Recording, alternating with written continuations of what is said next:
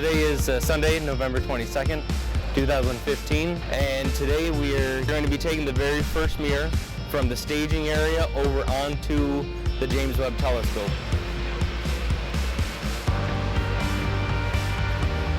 The mirror is covered right now with a light-weighted cover to protect the optical surface from contamination.